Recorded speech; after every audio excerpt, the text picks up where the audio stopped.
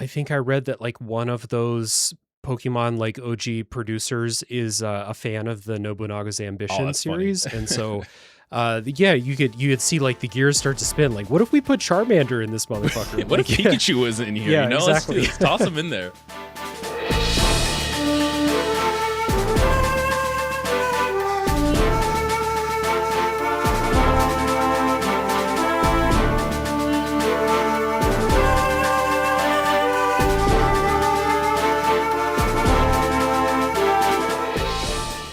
Hello, everybody. Welcome to Tales from the Backlog, a gaming deep dive podcast. I am your host, Dave Jackson, he, him. And I'm Jared, he, him. And today we'll be covering Pokemon Conquest on the show. But first, if this is your first time on the show, want to thank you for stopping by first and foremost. If you're worried about spoilers for Pokemon Conquest, don't be. Number one, the story goes nowhere. And number two, we're not going to spoil it anyway. We'll save what happens in the story. But this game turned out to be a lot less story heavy than I anticipated. And we'll save story stuff, as always, for the spoiler section at the end of the show. Until then, you're safe. And if you like the show, consider dropping a review on the podcast apps, like and comment on YouTube if that's where you are listening to the show, and consider supporting on Patreon if you can. That's patreon.com/realdavejackson. Now, as you heard at the beginning there, I got Jared back with me here on the show, returning longtime friend of the show, many-time guest, one of the hosts of Play Along podcast, and ambitious warlord alongside his trusty Eevee. Jared, welcome back. I'm going to add ambitious warlord to my resume and see if that gets me any hits. Yeah, exactly. Yeah. I am a data-driven, customer-driven, ambitious warlord. Yeah, LinkedIn profile, all that stuff. All that. Look, y'all, when Dave Jackson shines the bat signal or the Zubat signal, if you will, to talk about Pokemon, I have to show up. I got to show up and do my part. You know, as the Pokemon guy, I got to be here. But Dave, so excited to be back on the show, man. Great to be here. Absolutely, yeah. And we have done a Pokemon game together in the past. Yeah. We were here for a Pokemon Legends Arceus episode. That's right. And yeah, that was a while ago now. And the Zelda the Minish Cap was the last like game episode you were here for. Backlog Resolutions podcast. So definitely many time guest on the show. But as you said, I always know like if I got a weird Pokemon game I'm feeling, I know I can count on you to be up for it. So I'm really glad to have you back here. I'm glad I carved my niche where people know that like Jared's the weird Pokemon guy, and I love that. Well, it's not just the weird Pokemon guy, it's like any Pokemon, but especially if it's like we got this DS game that never like it didn't turn into a series, it's never been ported anywhere. Like, yeah. Absolutely. Didn't go anywhere. That game is Pokemon Conquest. It is a strategy RPG developed by Ko Shibusawa, which is a division of Koei Tecmo, published by the Pokemon Company and Nintendo for the DS in 2012. As I said, it has not been ported forward. It is still stuck on the DS. Maybe when the DS Nintendo Switch Online thing happens at some point in the future. Maybe. But main credits for Pokemon Conquest, as always. It's a big game. There's a lot of people. These are the primary credits. Directed by Osamu Mieda, produced by Hisashi Koinuma and Toshio Miyahara, sound by Shin Ichiro Nakamura, character art by Asami Yamamoto, and advising by some Pokemon OGs, Ken Sugimori, Junichi Masuda, and Tetsuya Watanabe. So primarily this team within Koei Tecmo making the game, but the Pokemon OGs were there to sign off and make sure they're doing right by the series. Yeah. Elevator pitch time. If we don't know what Pokemon Conquest is, we got some fun pitches here. I say this is how to get your child into Nobunaga's Ambition, the grand strategy series. Jared, what would you say? I put babies first colonize because that's what we're doing. We're colonizing this area here. That is absolutely what we're doing. We are taking over land and colonies and kingdoms. Yes. So I played this on my actual 3DS. I did not emulate it. It took me 25 hours to roll the credits. I did do a couple of the shorter bonus campaigns. There's probably hundreds of hours of bonus campaign content in here. Yeah, it is wild. How long did your playthrough take you? So I did a little under 20. I think I put like 19 or so. But like you're saying, I didn't dive into the deep well that is these kind of post-game stories. But when I was looking into it, there's a lot. There's so much you can get into this. So your playtime can easily exceed the time that you put into it initially. Yeah, absolutely. So for people who like really dig, especially the mechanical side of this game, there's just about endless stuff within the game for you to do. So let's rewind a little bit. I don't remember how we decided on playing this game, but like I said, I know you're a big Pokemon guy. I also know that you do really like playing games on like the DS and the 3DS too. So how did you first how did you first hear about this? I know you've been with the Pokemon series for a real long time, but did you play this back in the day? No, so I didn't play it back in the day, but I do remember this kind of coming out. Like I was playing the DS. I was big on the DS when this game was releasing, but I mean, I was younger. I was a kid, so I only had a couple of things here and there. And it's weird. There's a lot of DS games like this and the Zelda games that I kind of just missed for some reason. Don't know why. I love Pokemon and I love Zelda, so I don't know why I didn't try either of those two games, but maybe because of how very specific and niche this game is, which it kind of like had passed me by. But no, it was always one, which is why I'm glad that we did it here. It was always one that was on like my backlog. I always wanted to check it out. Again, love Pokemon, and I've been wanting to get more into kind of strategy games too. Like I still haven't jumped into Fire Emblem. I would love to do that, and this felt like a good jumping off point. Also, like you said, I've been, especially recently, been getting really into the DS and the 3DS. I also played this on my 3DS too, and I've done like DS emulation. I've done things like that. There's something about playing this like on the tactile like hardware that just feels so good. It like felt so good to boot it back up on the DS. Yep. There's probably several systems that I could say this for, so it's not just the DS, but DS and 3DS especially, like it really benefits from playing on the actual thing with the touch screen. And just, I love flipping it open, flipping it closed to go into sleep mode, put it in your pocket, get on the train or whatever, and then, pull it out, play for 10 minutes. Like this game's perfect for it, as a lot of DS games are. Yeah. You mentioned the kind of strategy stuff. So this, it's kind of a crossover with that Nobunaga's Ambition series, which has been going for a really, really long time, like since the 80s. It's a really long running series. So had you played anything like that, or like a Romance of the Three Kingdoms or something like that? Another fucking really old series there.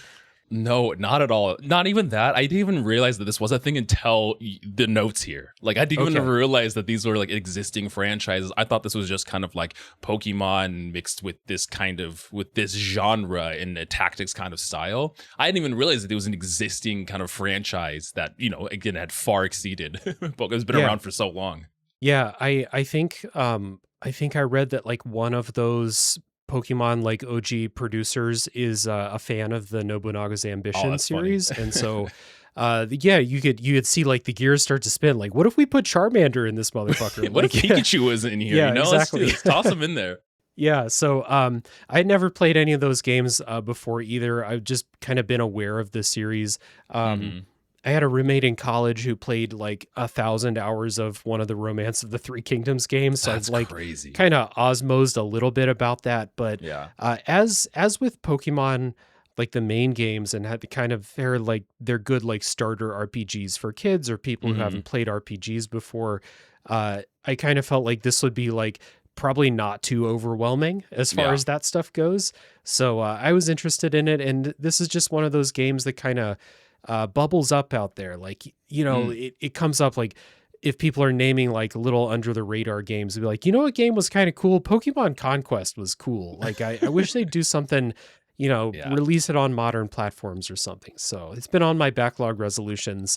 And that's why I got around to playing it. And it is interesting how, kind of like I said, Pokemon is kind of a really good starter RPG. It was my first RPG that I ever played, Pokemon same. Red. I didn't know what an RPG was until years after playing Pokemon. I was like, oh, the game's like Pokemon. Okay, I got that. It's a Pokemon-like. Yeah, exactly. Final Fantasy, it's a Pokemon. Pokemon-like, yeah. That was me, age 11 or whatever. So if the Pokemon main series are like the starter RPGs, this really does feel like the starter grand strategy, or even like grid-based tactics, because that's what this game is. The battle system in here was a little bit simple, but I think it's like I think it's like a combination of like you and I have collectively like tens of thousands of hours of Pokemon between us. so much Pokemon. That, and also like I have played Final Fantasy Tactics. I have played a Fire Emblem. I just did a Fire Emblem Three Houses episode after 200 hours with that game. Like I've played a good number of strategy games too. And this feels simple in the way that kind of makes sense for it to be simple. But there is like a real satisfying progression to this that there's, when you said like you played for a little bit less than I did, I was like, I think I did like 5 to 10 hours of unnecessary grinding because I was just having fun. Yes, most of my time was just like grinding and then figuring out systems that aren't explained to you very well. That was most of my time. That's the other thing about this is like it is relatively simple. It is also a very, very poor teacher of how the game actually works. It is a wiki game for sure. I read the manual. This shit's not explained in the manual. It's a wiki game for sure. It is a wiki game. I'm glad that you sent that link too, because I was like, I had this open the entire time I was playing, especially like you said, the later half when you're doing little grinding, you're trying to evolve Pokemon. You got to have the wiki up. Yep. I don't know about you, but I am I keep just dozens of tabs open on my phone for stuff that I might need. And I had 4 or 5 Pokemon Conquest tabs open at a certain point, just evolutions and Bulbapedia and all this stuff. So I like this game, even if it was a little bit more simple than I maybe thought it would be, given who made it. But it does make sense because it's Pokemon, and Pokemon is kind of the entry point for a lot of different types of games, especially in these spin-offs. So where are you at with this? Yeah, no, I really enjoyed my time with it. I tend to, the existing ones that I hadn't played already, I love the Pokemon spin-offs, like the Mystery Dungeons, the Ranger, the kind of things that aren't the normal traditional like RPG Pokemon. I love when they decide to go in a weird direction, like Pokopia is the most recent one where it's like, yes, I like more of that kind of stuff. So I had a great time with this. And like I was saying at the top of the show, I want to get into that kind of like tactics style games. I think they're really fun and interesting too, and this felt like a nice segue, a nice ease into that, where it is easy, but then again, it might just be in how it's explained, but the systems felt more complex to me than I initially went in thinking they were going to. I'm curious, Dave, with you, with someone that's played things like Final Fantasy Tactics and everything, how does like the depth of that compare to something like this? Because again, it does seem easy, but I haven't played those other games, so I don't know if their systems are just like more complex, if they're deeper in their actual like grid-based combat and everything. Yeah, I would say that the hardest fights in Pokemon Conquest are like kind of analogous to like a medium difficulty fight in Final Fantasy Tactics. Like the type of things, actually, no, that's not true. Like there's some early missions in Tactics that'll wipe you out if you're not careful. Conquest doesn't really do that. The only time I lost a fight in Conquest was because I ran out of time, not because my party got wiped out.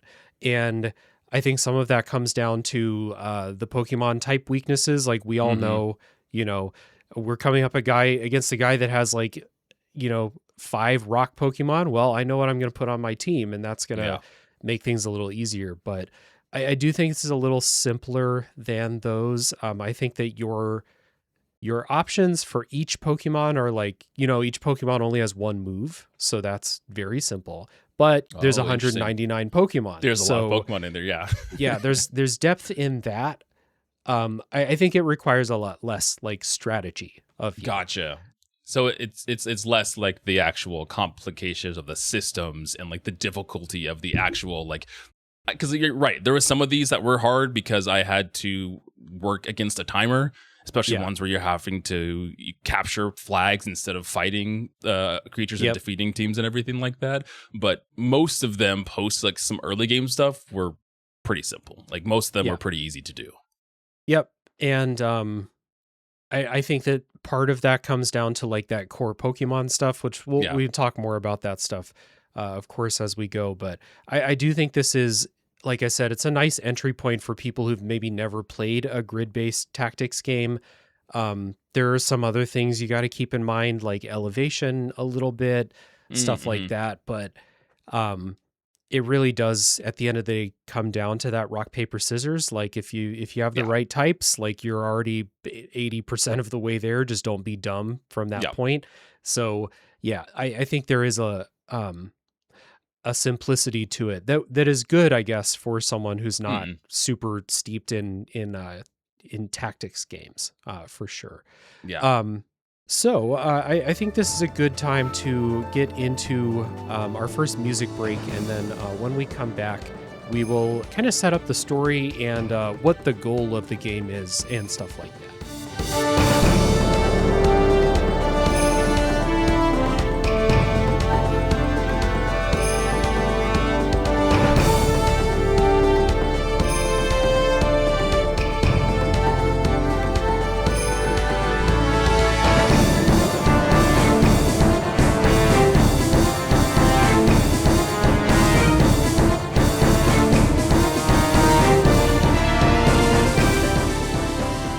So, Pokemon Conquest takes place in this region, this land of Ransei, it's called. And the story setup in here is that there's a legend in Ransei that says, this is going to make me laugh because it's ridiculous.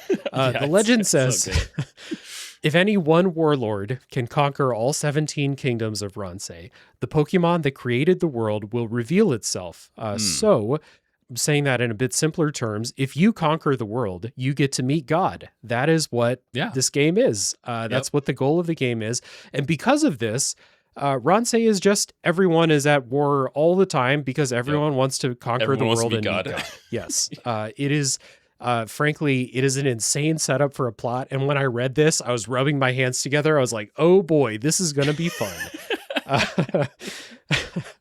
And, you play as a local warlord, up-and-coming warlord who bonds with an Eevee, so that's your starter Pokemon, along with a girl named Koichi. I think that's her name, Koichi. Yeah.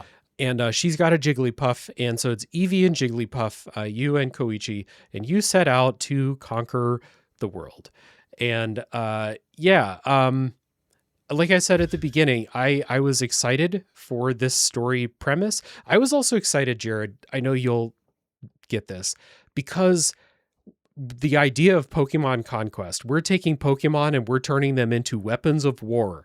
And it made me remember, it made me remember in Gen 1, they talked about the Pokemon War, like Lieutenant Surge fought in the Pokemon War. And like, think about, you know, we've all had these memes and stuff about like the destructive power of Pokemon. Well, think about if like someone's like throwing Gyarados and Dragonite in an actual war and shit like that. And I was like, oh shit, Pokemon Conquest, Koei Tecmo, like they're going to get into it. And they 1000% never get into anything they never interesting. Get into it. Yeah. So much missed opportunity. I know this has like the collaboration with the Nobunaga's like army and everything like that too, but I wish we would have seen like a character that looked like Surge, like a Surge ancestor or something, or like some Pokemon like kind of collaborations. That would have been cool. But dude, this story is insane. Like I don't even think we're technically the good guy in this either. Like we are also trying to, conquering the world. Like, there's also, no way you're a good guy here. We're also conquering the world. And when you get up against some of these, the bad guys that are in Nobunaga's army, some of them are actually just chill people. They're just kind of nice. So there was lots of times throughout this story where I was like, am I the bad guy? Am I going around conquering this world, and am I actually the bad guy here?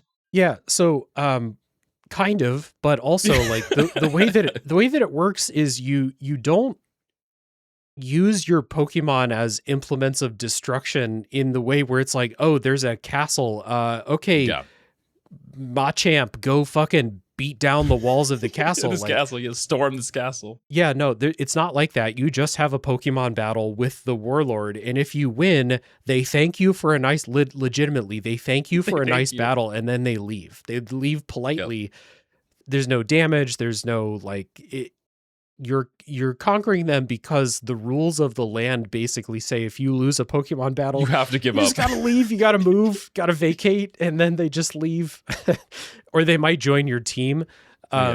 So yeah, all of that like promise of like, are we gonna reckon with the idea of using Pokemon in war? Absolutely the fuck no, we're not. We're gonna continue doing our thing. The Pokemon are happy to do it. We're happy to conquer these kingdoms too. Yeah. Gotta catch them all. Gotta conquer them all. Gotta conquer all the kingdoms.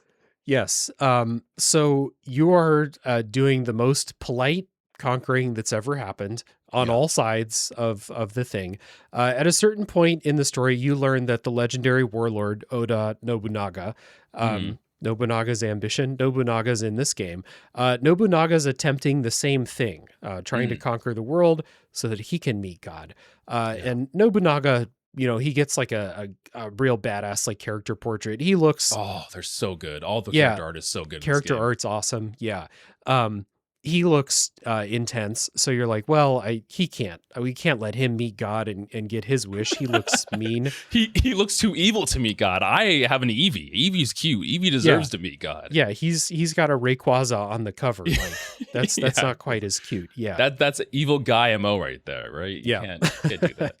So all that to say, I thought this story had a ton of promise. And it does absolutely nothing with anything. It doesn't even do a kid gloves version of a story with some ideas. It just there are no ideas beyond what we've already said in the show. I mean, so much so where me and Dave were just like, how do we handle spoilers here? How do we discuss this thing? Because there's so little that happens in this narrative. There's not much to spoil for you guys. Yep, absolutely not. I checked out a few of those post-game campaigns. Those have a little bit more of like frame story of like these three warlords in neighboring regions grew up as kids together and now they're opposing each other in war. Like, kid gloves version of that, but you do have a little bit of like that kind of stuff. I only did a few of them, so I don't know if there's any like more involved or more ambitious storytelling in there. There might be, but the main campaign, no. It's wild to like have that stuff be post game. It's crazy to like, because I even think even that very surface level stuff still would help kind of flesh out and build some of these characters. I mean, they stand out in my mind just because of their the character art, and they're very out there too, so they definitely stand out in their like impression on me. But just like making them more relatable and human, other than them thanking us when we conquer their land, giving them these like backstories. It's wild to have that locked behind the post game. Yep. There's some stuff like that with like Koichi and Nobunaga, and like there are I don't want to say that there's like never things that happen in the story, but like there are things. Nobunaga wants something from all of this, but like it's just, please don't play this game with the idea that they're going to explore things in a cool way in the story. They're not. Even less so than like regular Pokemon stories. Yeah, which is somehow was already a low bar, and they somehow managed to miss that, even with normal Pokemon games still not delivering on narrative. So, exactly. I shouldn't have been surprised going into this with our Pokemon experience. I don't know why I was surprised. Yeah. Let's, until the spoiler section, we'll revisit the story. But like for now, let's talk about what it's like to play, since you are conquering these kingdoms. How do you go about doing that? As a kind of grand strategy game, they give you this map of all the regions of the country, and you're down at the bottom at the beginning of the game, and you kind of take over these kingdoms one by one and work your way up until everything is yours. And it operates on a turn system. So it's your turn. You can do things in every kingdom that you control. And then once your turn is over, the opponents get to take their turn. I think the game tells you at one point to like protect places that are on the border of like opposing territories. I kind of did this sometimes, and most of the time the opponent passes their turn. They don't do anything, which again feels like if this wasn't Pokemon Conquest, if this was Nobunaga's ambition. Maybe something might happen if you didn't do anything, shoring up your borders or something like that. So most of the time you're just free to do whatever the hell you want on your turn. You can go into the kingdoms to like fight wild Pokemon, or there's just random warlords out in the wild zone. I don't know what they're doing out there. They're just like they're just hanging out not in their kingdom. Yeah, it's like you go in a poison cave and it's like, okay, cool, poison Pokemon in there, but there's warlords in there. Like, what are y'all doing in there? So you can go do battles to either grind or find new Pokemon, or recruit warlords to your team too. If you don't want to do that, you can kind of delegate, like whoever's in this region, just train, raise up your link level with your Pokemon. Very, very slight gains doing that, but you don't have to actually go do all the fights.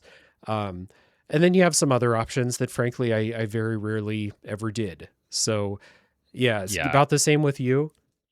Training is honestly the best use of your time outside of just doing battles yourself. I messed around with like search and development. I think the search tries to find other Pokemon encounters, maybe warlords to show up, and the development makes, because there's, like Dave said, there's like shops and other things outside, hot springs that you can go to, and development will help those things pop up more frequently too. But at the end of the day, it is a grind. You are trying to grind, and it is weird that it is like a back and forth, even though it never feels like a turn-based in like the overworld, because the enemy never actually does anything with their turn. But I guess if they did attack kingdoms every single time, that would take away from my grinding, and I'm trying to grind. So them skipping their turns was helpful, because once a Pokemon does an action at all, it can't be used until kind of the following turn that you do, whether it's like whether you are using it in a battle or you are using it to, train or whatever. After that's done, the action is just done and over with. So you have to, there was so many times where I was just kind of skipping days just so I can train, I can grind, and I can go past and everything. Yeah. This is where like this is where you spend most of your time in Pokemon Conquest, is just raising up your team. So when you catch Pokemon by like linking with them, and every warlord that you have, including your own like character, has like a certain type that they prefer. And so it's like, in this region today, if I go in there, there's a wild Pikachu or whatever. But not all people will be able to have as strong a link with Pikachu, for example. And if it's a Pokemon that maybe evolves a couple times, if they're not a good match with them, they might not even be able to evolve that Pokemon. So this was really where I got into some sicko shit, was like, I check all the regions to see what Pokemon are there. And it's like, oh, hell yeah, there's a Larvitar in there. All right. Which one of my guys links with rock and or ground Pokemon? All right, sweet. I got 2 of them. I'm going to send them both into combat. And you can look this all up on the wiki. Like every warlord has like 1 or 2 perfect link Pokemon. Yeah, they're like specifics Pokemon or typings that they like prefer. Yeah. But you also get a visual indicator in combat too. So if it's like, I'm going to send them both there, see which one gets that little gold icon where it's like, all right, you're going to go get that Larvitar. And like this, it takes a little while to get done. You have to do a battle to do it. Battles take a little bit of time. But there's something really, really satisfying about matching everyone up with their perfect Pokemon and then raising them up. And it takes fucking forever to raise their link percentages up. Long. It's so slow. It's crazy. I mean, I'm just like you, where it took long, but I kind of got into the sicko grind. Like I brought my DS to work in my lunch breaks. I'm like hunkered over on my the table at work, just like grinding Pokemon away. But they'll get like a percentage each battle or whatever. It'll go up like 0.5 or like barely, like under 1%. These links will go up every time. And it just takes so long, especially with some of these like evolutions needing to hit specifics. It takes a lot to get there. Yep. I also was like, I played this game mostly when I was traveling. So I was in Seoul and taking the subway a lot, and I was like, I'm going to pull out the DS because I have a 20-minute subway ride. I bet you I could grind out 1.2% on these links. And so I was doing that, and like it's really slow, but it's really, really satisfying to watch them satisfying. incrementally tick up. And they're like, I'm sure that if someone has put, hundreds of hours into Conquest, they probably know a more efficient way to do it. But to me, the most efficient way was just to have everyone training and then just do it. Skip the month, move ahead, unless there's like a nice new Pokemon that showed up somewhere that I want to go catch. And the thing that like kind of made this worth it was like, once you do get those evolutions going, like once I did get that Machamp or that Walrein or like some of those Pokemon that I needed for specific fights. Because sometimes it'll be like, you're going to go fight this guy. He's got a bunch of dragon Pokemon. Yeah. And you just unlock the area where the ice Pokemon show up. Yep. So you could like piece it together with, other weaknesses they might have. But you could just go raise up a Walrein and clean house with that thing. And once you get those, they're really strong in combat. And you're like, I put in the legwork and now I'm kicking ass with this thing. Yeah. Yeah. Dude, it like recontextualized Pokemon for me, right? Because evolution is something that's so just kind of like it happens in Pokemon. And other than like new games that are coming out when you're like, oh, I'm excited to see kind of what this thing turns into. For the most part, more or less, someone that I've played all of the games, I know what's going to happen. I shove rare candies down their throats until they evolve and then they're stronger and then I move on. But this kind of like made me appreciate evolution so much more, because when I got that scene where your warrior is like, something's happening to blank, I was like, yes, finally I got it. Finally they're evolving. They do the whole like evolution screen on the bottom screen too, and it's so good. It feels so good. It does. Evolutions work differently in Conquest than in the main games. So there are some Pokemon where they just have to get up to a certain link percent. Just, think of link percents as levels, and there you go. And then they'll evolve. But the game will not tell you. I mean, the main games don't tell you when they evolve either, but it's like, it's always just a guess. Like, is it 40? Is it 60? Is it higher?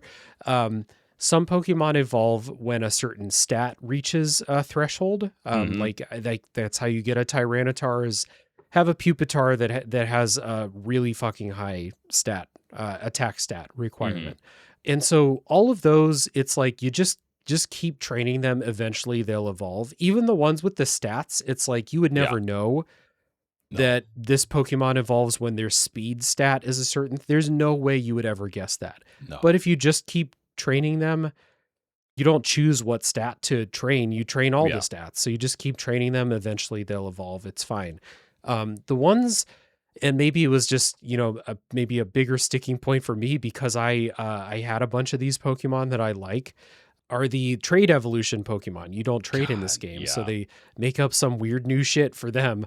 Haunter, Kadabra, Graveler's not in this game, but Machoke, they have this weird thing where it's like they need to be at a certain percent. They need to KO an enemy warlord in a way that meets the conditions that you could recruit that warlord. Like, it must just happen by accident. And once again, as always, shout out to the people making these wikis, because like, there's no way I could have ever figured this out. No, absolutely not. Me there's either. No shot. I mean, it's one thing to be like, okay, hit a specific stat in this like scenario, but like to have it where you have to like almost like have the last hit, and then have the warrior be recruited onto your team afterward. Like those things are so specific that it's, and again, that just like, there's a lot of chance events that happen here. So you just happen to have to like be in the right stat. You have to find a warrior that will join you. There's like a merchant that will go around, but he just pops up randomly. I tried to look it up because there's once every in-game year, basically. Yeah, the merchant shows up.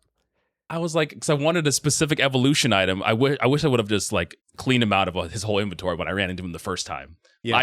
I wasn't deep into Wiki at that point. That's on me. If you see him, buy all his shit, because buy all the Firestones and all that stuff. Yeah. They do at least like teach you about the evolution items and how they work, but that's the only thing they teach you. So it's like you would, if you were the type of person who was like, I don't want to look at a wiki, I want to play this, I just want to play it.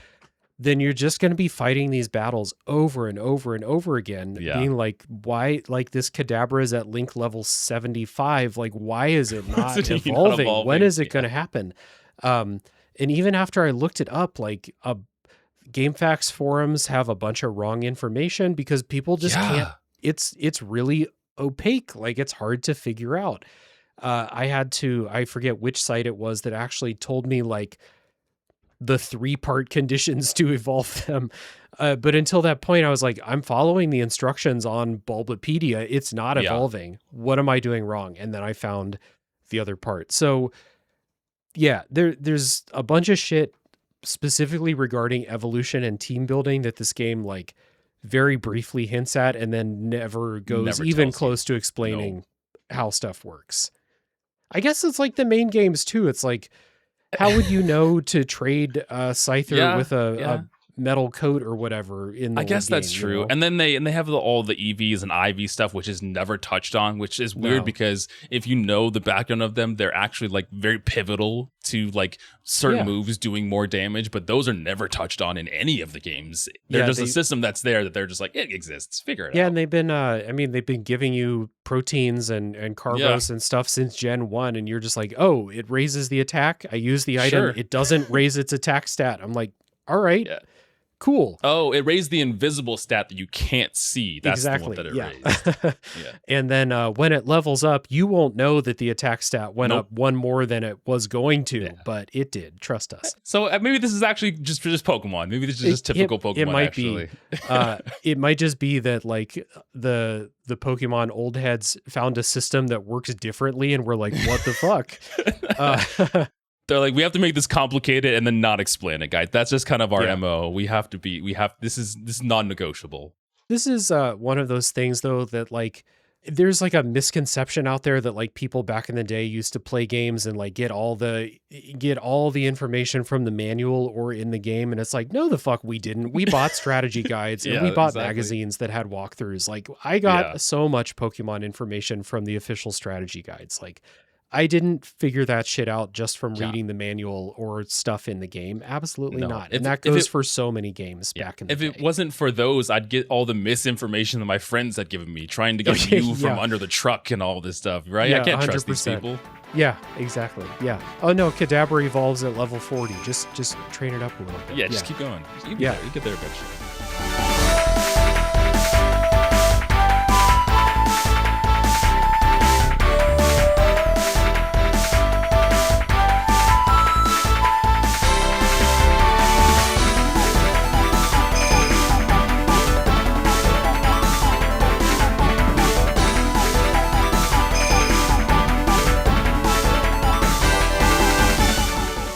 So, really satisfying to raise up the teams despite sometimes being frustrated at like how it actually works behind the scenes a little bit. But then when you get into battles, it's oddly like not a huge part of the game. Like the battles I'll tell you what, I remember the map music more than the battle music because I think I spent more time on the map screen just skipping months training and stuff like that. There are a lot of fights though. There's not a lot of like big story fights, like quote the gym leader, the warlord fights. There's a dozen, maybe 15 or so of those. And then you can go fight warlords, anytime you want. Go fight wild Pokemon anytime you want. And they take place in these little dioramas on grids. And these are like pretty simple, but I like the way they look, number one. So cool. Yeah.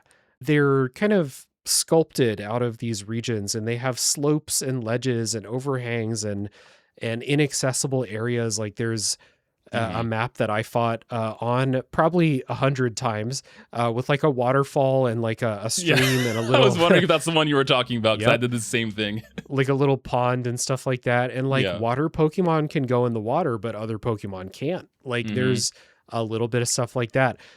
There's some that have like bridges or like, little bouncy things to bounce over gaps, and like other Pokemon have to follow those rules. Flying Pokemon can go wherever the hell they want. Like there's some cool stuff with that. The game's not hard enough to make you like really really, really like take that into account though. But like it is there, and it's like if you do have a Pokemon that can fly, it's like they just zoom over where they want to be. Like sometimes you'll want to get over like I want this warlord to recruit this one of 4 wild Pokemon. Yeah. So I need them to get all the way across the map, and like if they can fly or if they can swim, that's a little bit easier. It's a little bit of a consideration.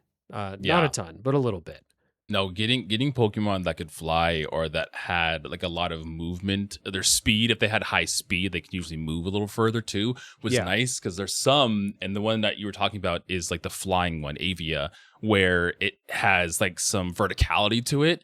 And sometimes like just getting to the Pokemon is a journey in itself, getting to the enemy Pokemon, because with that one, you do bounce off of these different like panels to get you up to the top of it, which if you don't have a flying Pokemon or Pokemon that can move very far, it takes time. It's going to take some time. And then I had times where I got up there and they moved down to the lower floor too. And I was like, I worked so hard to getting up here. Now you're moving away.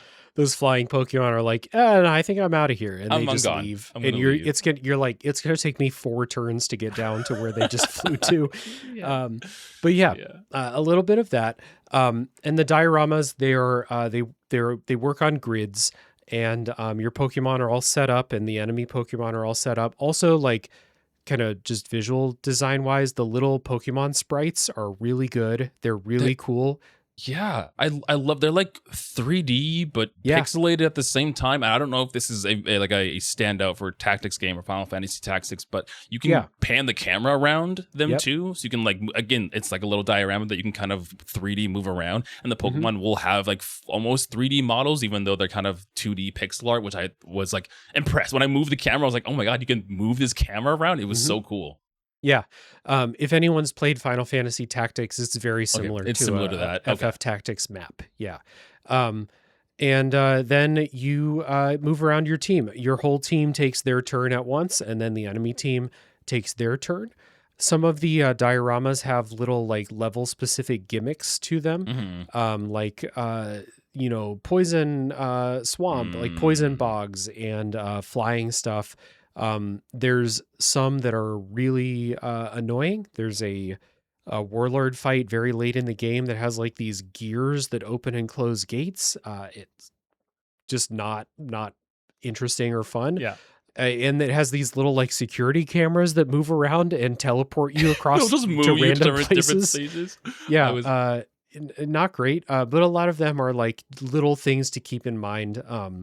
There was one, I think it was like the fighting region where it's like in a little like boxing ring type of thing. And you can like hit these bells on the outside to give your Pokemon an attack up, like a buff boost. Yeah. Like stuff cool. Like that. Kind of interesting. The game's not hard enough to like really make you like need that, but it's like, go ahead and do that. Especially if your team is like type neutral against, what you're fighting. Stuff like that's neat. Yeah, I think it was really cool. I was going to ask if you had a favorite or least favorite, but I could tell from what you were saying of the least favorite that you had. The one with the gears, I had to do that mission 3 times because I kept just running out of time. Because I kept getting teleported across the map or like... Yeah. That one I didn't like. I don't like the poison bog one either, because even though it doesn't seem like it's a smaller map, it seems like it feels like it takes forever to get there because it's like kind of little individual boxes to get there. Yeah. And there's poison on the floor, and if you step on the floor, you get poisoned too. There's kind of these like trap doors that can teleport you to different places, but that one I did not like. And I already talked about the flying one, Avia. We're going up and down going to the top and the bottom of it. Yeah, my probably my least favorite, other than the one with the gears and the gates, is the Crystal Cave that has the teleporters, the colored teleporters that keep switching. Are the worst. It's rough. One of the things about this is like some of these levels have verticality, and like if there's a tall ledge, you can't just like jump up unless it's a flying Pokemon. So I think they work on like tall ledges, medium size, like ledges or slopes, and then ground level. And like ground level you can do if you're going up on like a medium sized slope, you can hop up there, but a ledge you can't. So that level is like a 3-tiered like vertical level with these teleporters color coded. and they keep switching which teleporter teleports you every where. turn. And so it changes. sometimes it's just like a nightmare to get to the top level where the last enemy Pokemon's just chilling. Yeah. My first like hurdle in this game was the psychic fight with Gallade, because that level is one of those you're talking about. It's the one with the changing colored teleporters, and it has the clear condition of capturing all the flags. That's how you win. You have to capture all the flags. And it's the same thing. I just kept running out of time because I couldn't beat the Pokemon soon enough, and the teleporters changed so often that I couldn't get to the destination that I needed to. Yep. That happens. And then it's like, if you're chasing a Pokemon, it's like, because you can't go through a teleporter and attack in the same turn, like after you come out the other side. Right. So it's like, I go through the teleporter, I pop out right next to them, they take their turn, they go through the teleporter, and then it's just, we're just chasing. It's like Looney Tunes chasing each other through these fucking things. Scooby-Doo going like in and out of the doors back and forth. Yes, that's exactly what it is. Yeah. So in the combat, we already kind of talked about this, but like, it's grid-based. All the Pokemon only have one move each. So you're not like building out a list of moves. They all have one. And from there, it becomes Pokemon as you're kind of used to, with the one mix up that moves have ranges, which is really cool. Yeah. So for example, Eevee has quick attack that hits the square right in front of you. Not complicated. I can't remember who now, but there's a early Pokemon I was using that had a move that hit the square in front of them, but then it would push them back one square. And then like Wooper has a water gun, I want to say, and that hits 2 squares right in front of you. And then things get more complicated as the moves get bigger and better. I evolved my Eevee into a Jolteon, and it had an attack that hit like 3 squares in a row, 2 spaces ahead of you, and it's you really had to line up that attack. All the way up until like Fire Blast, which has that, that kanji symbol that it does on the grid. So it's like, if it's a small level, it hits like half the squares in the level, but like you can position it so it's like my guys are just outside the range, but it's fucking up everything right in front of you. Did you ever have it where you're just like, okay, homie, you gotta just take this hit because you just happen to be in the range. I'm sorry, Fire Blast is gonna hit you. You gotta just take this hit because this is what I gotta do to win. This is what I gotta do to win. Not often with Fire Blast because the Pokemon that had it was really strong. So it'd be like it might just like straight up just kill the Pokemon on my team. But I did have some where it was like there are 2 enemy Pokemon in a row, and then one of my guys is there too. His turn is over, and Jolteon is just like, I got to do what I got to do. So take some electricity. And so I like this, even though it's a little bit simpler than I maybe would want. I think the late game battles get into some of those tactics a little bit more. Where it's like, it's actually time to think strategically about how far do you move? Like, I want to go attack them, but moving too far will put me in harm's way more than it's worth it. So it's better to use some turns and try and bait them out to come closer to me, tactics like that. But it is a nice mix of the things that we already know about Pokemon with a new like grid-based tactics system. And so those, especially I want to say maybe the last 5 Warlord fights in the game, including like the last 2, were legitimately very tough.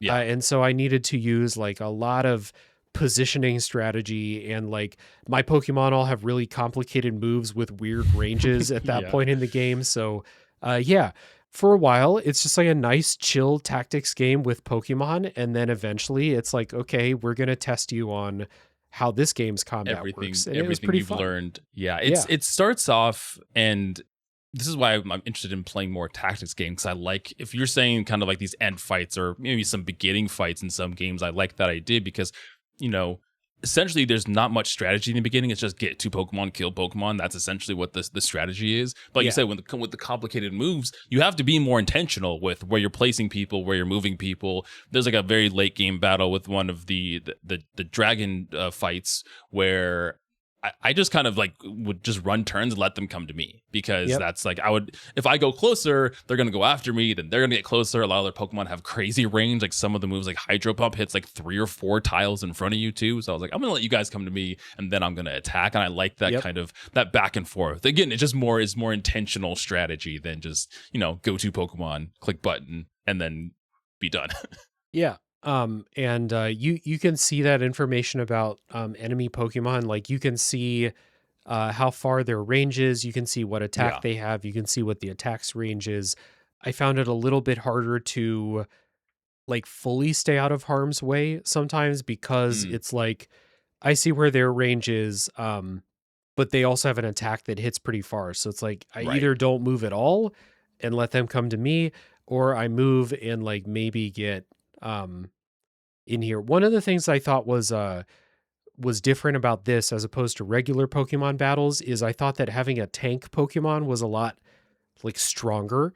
Like I had an Aggron on my end team, and that thing, like as long as it wasn't a big type weakness, that thing could go out and just soak hits and make them waste their turns trying to attack this thing. While my other Pokemon that maybe they have a type advantage, but they're also pretty weak themselves, like like an Alakazam, like classic, like can't really take a bunch of punishment, but can really fuck things up. Hard, glass cannon. Yeah, so Aggron can go out, soak up some hits, and let everyone else get in position to like clean up.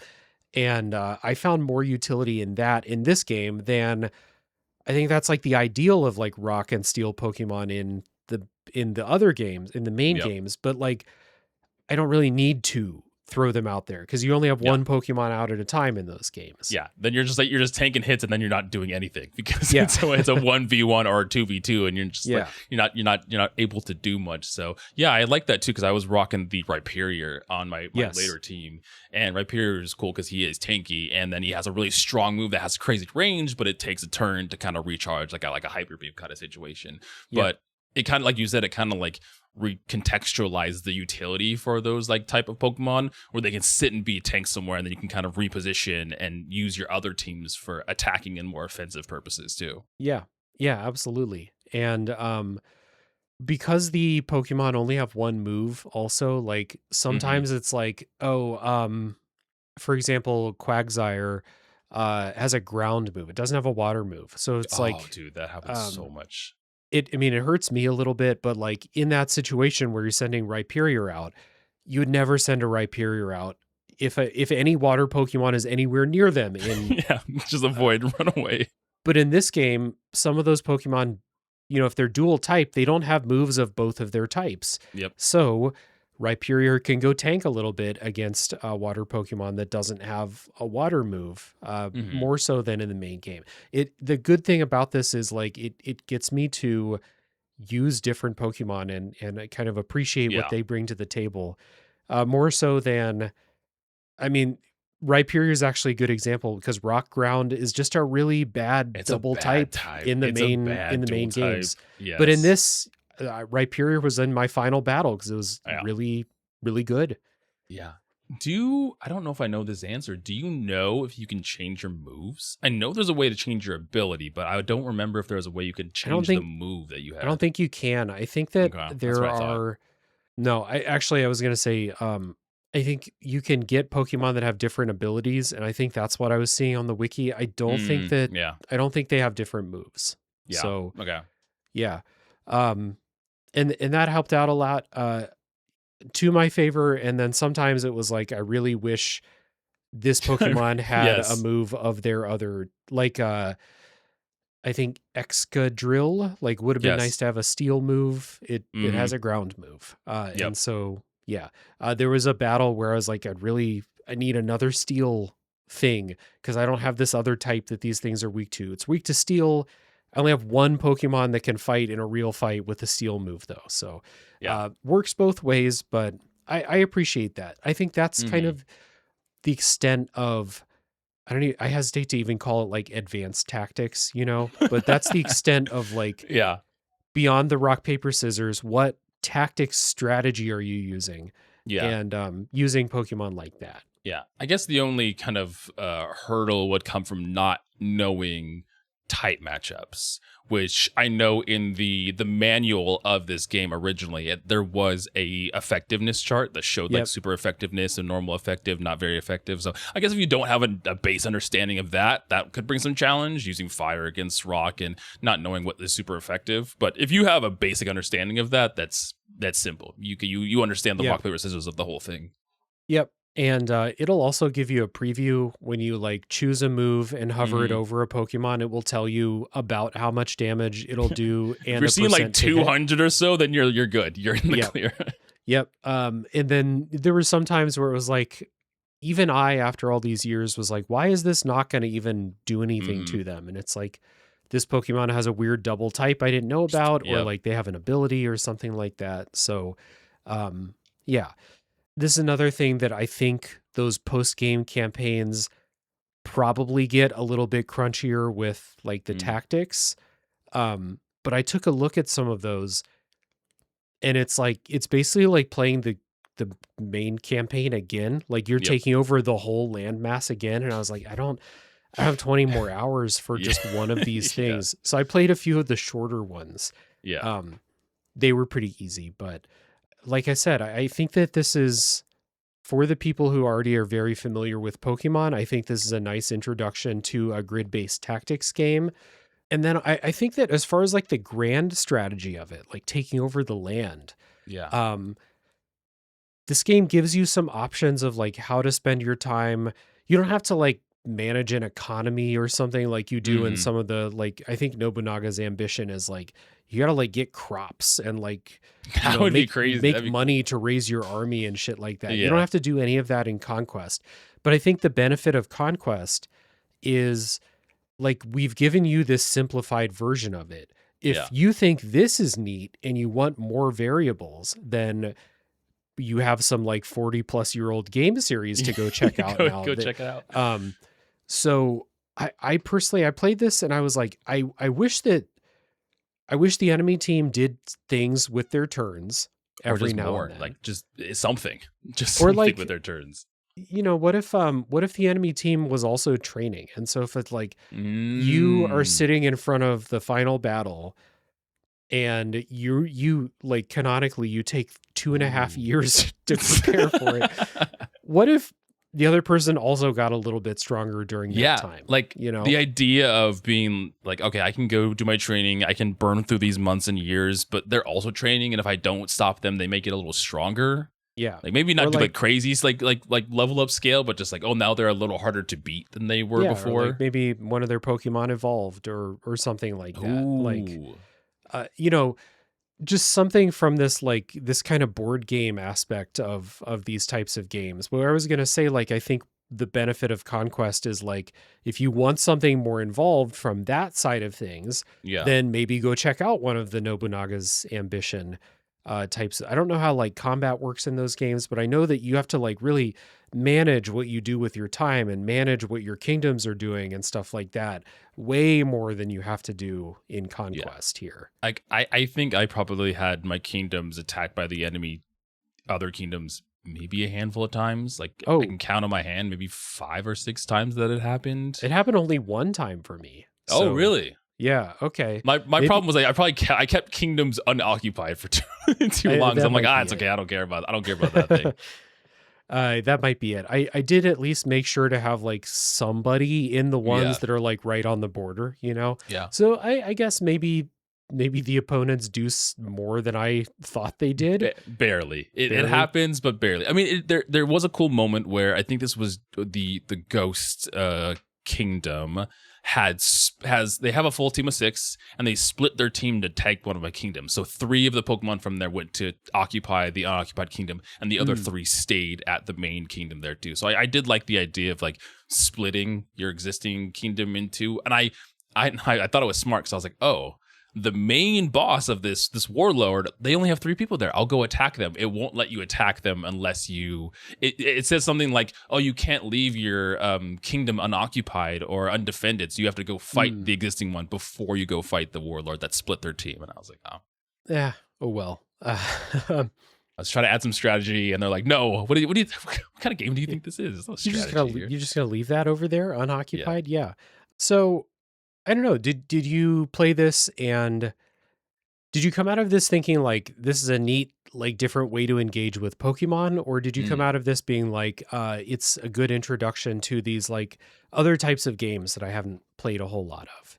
Yeah, I think both, because I have such like an ingrained love for Pokemon that if there's another genre to get me into a thing, slapping Pokemon on it is the best way to do that. And Hmm. again, I already had some like tangential interest in the tactics games in general, but Pokemon Tactics is just like, oh yeah, it's Pokemon. I'm gonna jump onto that. But even after this, I was like, oh, I love this kind of like back and forth of this gameplay. I love, and maybe it was playing it on the handheld and just the kind of relationship that turn based kind of gameplay is for me. But I'm just like, Hmm. after this, I already have some Fire Emblem that I'm gonna check out on NSO. There's other games that I want to check out that are this Yeah. tactics style. So it definitely got me hooked, but it definitely was the Pokemon that did it initially. Yeah.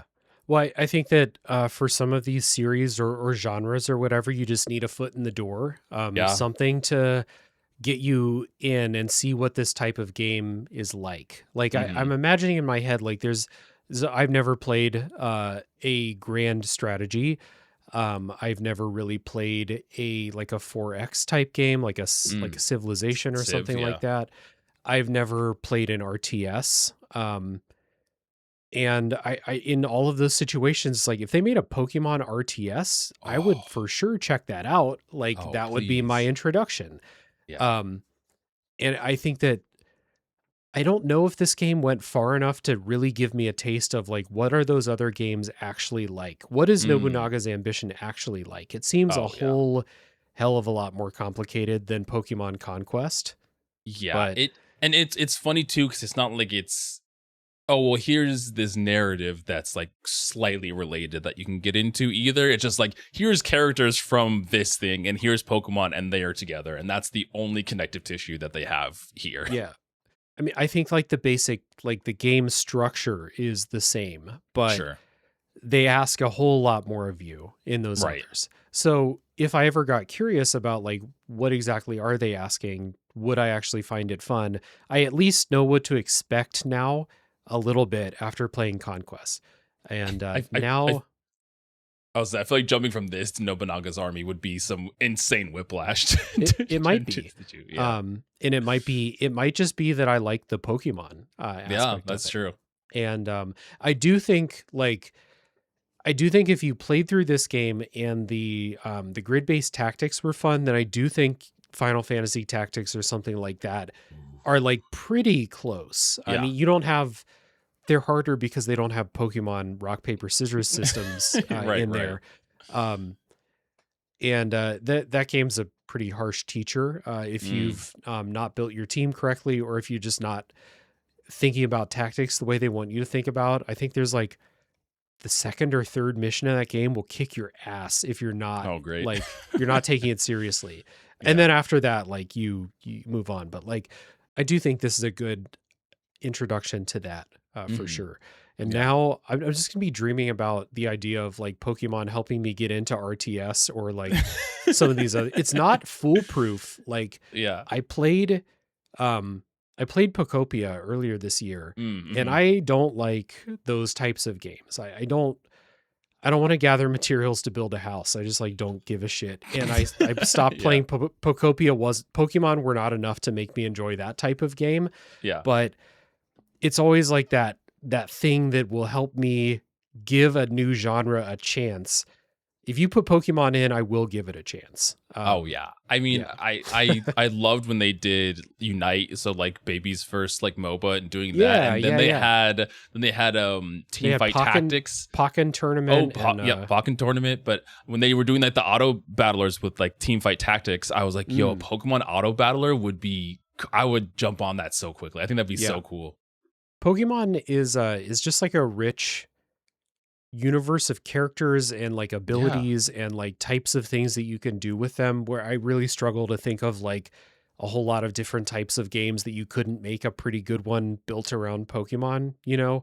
Like you saying a Pokemon auto battler got me thinking about like Vampire Survivors with Pokemon. Like that would be fun. Like somebody make it. Somebody contact Pokemon and make it. Yeah.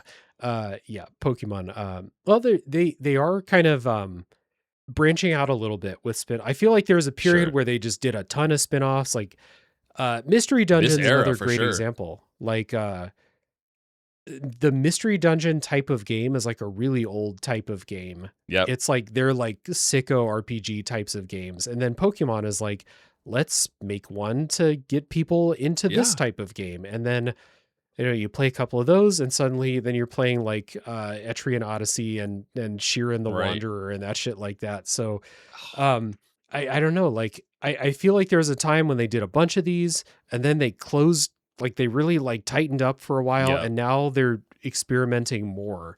I feel like. Well, I mean, with also things like Pokopia being incredibly successful too. Yeah, that's kind of a good idea of maybe we should put Pokemon in other things and different types of genres and everything. And again, for me, I've been playing Pokemon for like 30 years, so it's been the same, but I also have a love for it, so it's not too like dry for me necessarily. But when they do stuff like that, it's really interesting, and it's like that's one extra thing where I'm like, yes, this is something new, something different. I'm definitely gonna jump into this. Conquest sequel. I'm waiting for it now. I'm waiting for Conquest 2 to happen. The dark, gritty second chance at telling the story about using Pokemon to take over the world.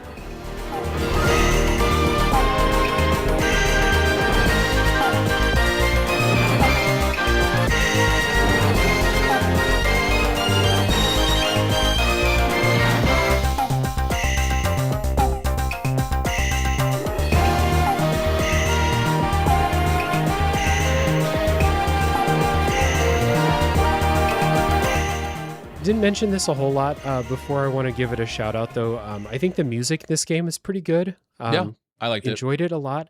What I thought was interesting about this musically is Pokemon music has had a lot of different styles like through the years, and then I think the newer games have a bunch, like so many different styles just within one game. This is cool to me because with the crossover with Nobunaga's Ambition, which is like set in like Japanese history, you have a lot of like more traditional like instruments making the music in Pokemon. So it sounds like very like old-timey Japanese in Pokemon battles and stuff like that. It gives it a little bit of different flavor and like the songs themselves are nice. This is one of those games that I played so much in such a short period of time that the music like became part of my brain for a while. Well, like you said, that map music will just live in my head forever now. I don't think it's ever going to go away. I spent so much time there, but no, you're right. I think the music direction they decided to go with was really cool, really incorporating it into like the DNA of Nobunaga's army and everything, and have it be very Japan. I feel like, again, music in Pokemon can be kind of all over the place. But even in this era, I'm thinking of like Gen 4 and things, they did a lot of like woodwind instruments and pipes and stuff that were, akin to a lot of this too. But no, the music's great. It's really good. Yeah, I guess that's true when the main series goes to like specific regions, like the music kind of takes on some of that identity too. So wanted to make sure that got a little bit of flowers because it is good. And I think that's most of the like non-spoiler stuff about Conquest here. It's a really interesting game where like I kind of we went through the show and I found myself drawn to like not necessarily talking about the things that I was looking forward to the most when I was going to play it, like the turn-based tactics on the grid, or like the story idea in here. What really did it for me with Conquest was the progression, like building up the team. The sicko grind got you. The sicko grind shit, matching warlords with their perfect Pokemon and then not using them. It was just fun to match them. And because like I finished the game with most of my kingdoms were full. Like I was really recruiting out there to the point where it was like kind of inconvenient to move people around because it's like, oh, especially when you have to train too and you want certain people on certain teams, sending them around is always a hassle. Yeah, especially if it's like, let's just say I have 15 kingdoms and 11 of them are full. You can't move anyone there. So you go here, you go here. Okay, now that space is open. You go over there, and it's, you know, get into this shit. But like, I don't know. I found that really compelling and fun to do. So that's really like when I think back to my time playing Conquest, I think about the grind and like how slow it was, but also how satisfying it was. And like, I had fun tinkering over and over and over again. Yeah, I reflect a lot of that because, again, going into this, I had certain expectations of just what the hell this was going to be in general. And I think being my first tactics game that I rolled credits on, I front to back rolled credits on, I think it was a good introduction. But like you said, I found myself way more interested with the grind, even though I can see if someone came up to me and was like, Jared, this grinding system sucks, I'd be like, yeah, you're kind of right. Yeah, it kind of does. It's way too slow for sure. It's way too slow. It kind of does suck, but there is something about, again, I played this at my lunch break at work, and you know, my wife's watching TV, so I'm sitting on the couch just like popping it out, grinding, just trying to get those specific evolutions and everything that just there was something about it that motivated me. Again, it was when Pokemon actually evolve and when you have to actually hit those requirements to evolve too, the hard work is like worth it. You know what's funny? You know what reminds me of? Not to the extreme, Dave, but you got me into this series. You got me into Souls-like games. Okay. And it kind of makes me feel like that a little bit, where it's not as difficult as that. Please don't think that it is. But like the grind and the hard work has this like payoff afterward, and it feels good afterward. Even if it was kind of bullshit, it feels good afterward. Yeah, I can see that for sure. And like, I think the ideal, if you are going to spend that time grinding, you should come out the other side being like, I have a fucking team of these badass Pokemon, and now it's time to go take the fight to whoever I need to. And I definitely got that feeling in Conquest here. My mind is already thinking about like if I would go and replay it, because I'm big on playing Pokemon ROM hacks and like challenge runs too. I was like, oh, what if you tried to do this with just a single type? Like, what if you just ran one type in this? Or if you just ran like trying to find challenges? I think that would be fun to incorporate. And I know that this game has a like a mod of it too that adds like 100+ more Pokemon to it too, because this has a not limited. It has 199 Pokemon, which is a lot, but in the grand scheme of how much Pokemon we actually have now, they add a lot more to that too, which is cool. Yeah, I think there are some like ROM hacks and stuff out there of this. So, and then like you could just do those post game campaigns where I don't know if you mess with them at all, but they all start you out with like very specific Pokemon. So it's like maybe something you've never used before. That's what your warlord in that scenario is using. So at the end of the day, this game's version of Pokemon is not that complicated. So being given an unfamiliar Pokemon's not like being thrown in the deep end, but it is something to consider a little bit. And there's one other thing I wanted to kind of touch on that I think you mentioned, I mentioned, but playing these, I think I talked about this in a different DS game I talked about, but this is like an era of game in handheld games that was designed to be played in short bursts, or designed to be able to open your DS, play Pokemon Conquest for 5 minutes, and do something productive with that time. I think the average battle, other than the big warlord battles, the average battles between maybe 5 minutes long, 5 to 10 minutes if it's like a long, or you're that fucking crystal cave with the teleporters, just chasing them around. But like those are short if you just want to like open it up, do a couple of months of like training, you know, go feed Ponigiri to your Pokemon or whatever, like stuff like that. This is a great game. As so many of these like DS games, especially DS, 3DS, like Game Boy Advance, like those games, really good and designed really well for the idea that you might have a 10 to 15 minute bus ride and you're taking your DS and you're going to open it up and get something done during that time and feel good about like making some progress on the way to school or on the way to work. And Conquest is like really, really in that sweet spot. Yeah, it's like perfect for that. I mean, there were so many play sessions that I didn't progress anywhere. Like I spent the play session just grinding. And that was the extent of it. Like a lot of times I'll come home and I have other, games for the podcast that I'm playing, but I did have enough time to jump into Conquest, play a battle or two, get some grinding, again, buy some items, get some Ponegiri, and then be done. And it's perfect for that. I am surprised and maybe a little grateful because this was also the era of just like fucking weird gimmicks. Like I didn't have to blow into a microphone. I didn't have to turn my DS upside down or anything like that. Yep. So I'm grateful for that. It is the era of weird gimmicks for sure. If you play as one of the Fire Emblem games, I think on 3DS, that has like a real weird blowing into the microphone gimmick. Oh yeah, they love blowing in the microphone gimmicks on these systems for some reason. Yep. I don't know if Kojima made any DS games with weird shit. Kojima had that directed, I think, that one Game Boy Color game that had like the sunlight sensor and shit. You had to like go outside. That's crazy. You're doing too much at that point. You're doing too much. Yeah, I forget what system it was. It's called Backlog though. I forget what the system was. I think it was Game Boy Color. That's so funny. I mean, that's been my I do want to play them and I have them on my DS, but my hesitance to playing some of the Zelda DS games where they're all controlled just on the bottom screen. Everything, movement, combat, it's all bottom screen. I'm like, I don't know if I want to do that. Also, in very traditional DS fashion, I had the start of my Conquest playthrough, I had a stylus. No idea where it went.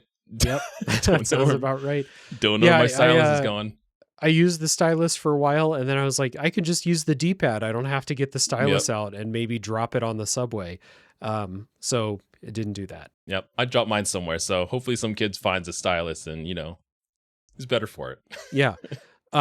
So this is a game that I think we both said there's something special about playing DS games on a DS. Or like that new AYN Thor handheld that released looks awesome. Emulate your DS games. If they're not selling them to you, like emulate it. Who gives a shit? Yeah. And so we're at the end of the show, non-spoiler wise, where we've kind of been touching on this a little bit, but is there a particular person that you would recommend play Pokemon Conquest? Yeah, I mean, I think if you're like me, you'll probably get a lot of enjoyment from Conquest. If you have an unfamiliarity with this genre, but you're curious of getting into it, like there's just some fun curiosity, this is a great stepping stone to get into it. Especially if you do like Pokemon. If you like Pokemon, play it in general because it's a fun Pokemon game. And if a lot of people are kind of tired of the mundane loop that Pokemon has been in and the quality of games that Pokemon have been in recently. So if you're in that boat too and you're just looking for something different, I think Conquest will scratch that itch where you still get Pokemon, but you get a little bit of a different gameplay mechanic and loop. I think there's something to love if you like tactics games here. There is that grind. I think that's probably the thing that people will latch on to the most is the grind. Like you said, the actual moment-to-moment gameplay is not as complex if you're already used to playing through tactics games in general. Yeah. But I think if you have a love for Pokemon at all, then you should definitely play this. You'll enjoy the game, I think. Yeah. I'd echo a lot of that for sure. Like, I think if you really like Pokemon, this is a different way to engage with Pokemon. And it's, it's a well-made game and I think you'll have fun with it. I think there's some stuff about it that, this is a flawed game. Like let's not pretend that this is not a masterpiece of a tactics game. No. But engaging with Pokemon in a new way is fun. The progression and the grind was fun. I found it fun to do that. And only in the late game did I get like really interested in like the moment to moment tactics in the fights. A lot of them they're just, if you played 10 hours of Final Fantasy Tactics, you've already done things that are harder than Pokemon Conquest, anything in Pokemon Conquest. So I wouldn't come to this maybe in the post game stuff, that caveat, but I wouldn't come to the main game for a really, really like crunchy strategy test of turn-based tactics. Yeah. And there is some stuff that we talked about that the game really, really, I think maybe we arrived at like, it's not poorly explained because the old games didn't explain how evolutions work either. Yeah. They just kind of happen. But the requirements for evolution are so weird that like, I don't know how you'd figure them out for some of them. So use a wiki. There is some stuff like that. Yeah. Have a wiki. And I do think this is worth playing for a lot of people, especially if you love Pokemon, you're looking for a new type of game to have your favorite Pokemon in. If you're new to turn-based tactics, or if you always thought those games where you're taking over the map of Japan looked cool, but they look too intimidating, like this is a nice little like, here's a taste of baby's first one of those set in a complimentary type of way. Like having played this, I know that it's not like really preparing me, but I do feel like I at least know a little bit of what to expect if I were to boot up, a Nobunaga's Ambition game. Yeah. So I think that's part of the goal for these spin-offs too, especially spin-offs with like kind of like a collaboration with another long-time ongoing series. Like I wonder how many people played this and then hopped over to try those games out. I'd be really curious. I'm actually kind of curious too, just because I didn't know they existed prior to this, which is also probably a lot of people as well. Yeah. That series definitely has like its fans has been going for a really long time, but they're still kind of under the radar. Like you might see it in like a Switch Direct or something like that and be like, huh, looks interesting. And then, move on after that.